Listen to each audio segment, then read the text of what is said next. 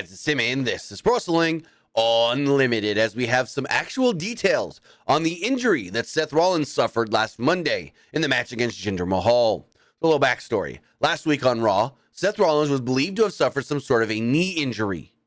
He was favoring his left leg late in the match. Then it was revealed that he had been pulled from some upcoming shows this weekend, potentially even Raw, as he's no longer advertised for Raw. But then WrestleVotes came out and said, no, Seth is going to be on Raw to discuss what's going on, the injury, and him as the world champion. But with that, Fightful actually has an update giving us details on exactly what went down with Seth Rollins and the injury he suffered. Fightful writes the following.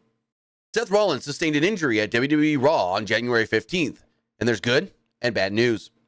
Fightful learned that as of Monday night, Rollins told people backstage that he didn't think that he'd sustained an ACL tear.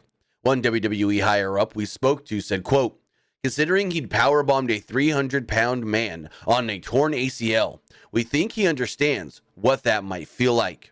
Unfortunately, the word in WWE and sources near Rollins are that he sustained a torn MCL and a partially torn meniscus. However, it is not known as of yet if it'll require surgery, though the hope is that he can avoid it. We also aren't sure how WWE will play things on television, or if the injury will be downplayed or embellished.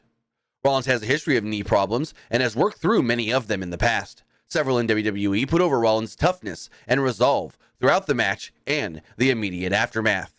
So as far as the partially torn meniscus does go, I've had that injury before. I had a partially torn meniscus. Mine was like 1 grade away from needing surgery. What they did was they put my leg in a cast from my toes all the way up to my upper thigh for 6 or 7 weeks. And being in that cast for 6 or 7 weeks did heal the torn meniscus. Yet as far as the MCL tear does go, the MCL tear, that's a whole different game. Not as bad as an ACL tear, but still pretty bad. A grade 1 MCL tear, which is considered a mild tear, usually heals within 1 to 3 weeks.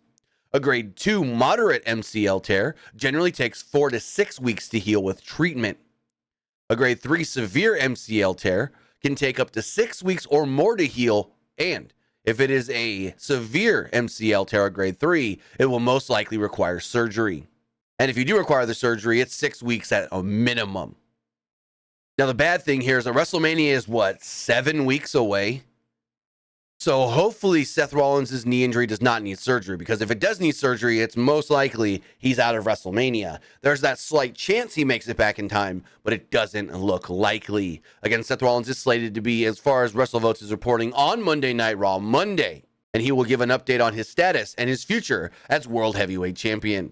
So with that, if you do hear anything further on the MCL and meniscus injuries to Seth Rollins, we'll have it for you right here. Pro Wrestling Unlimited.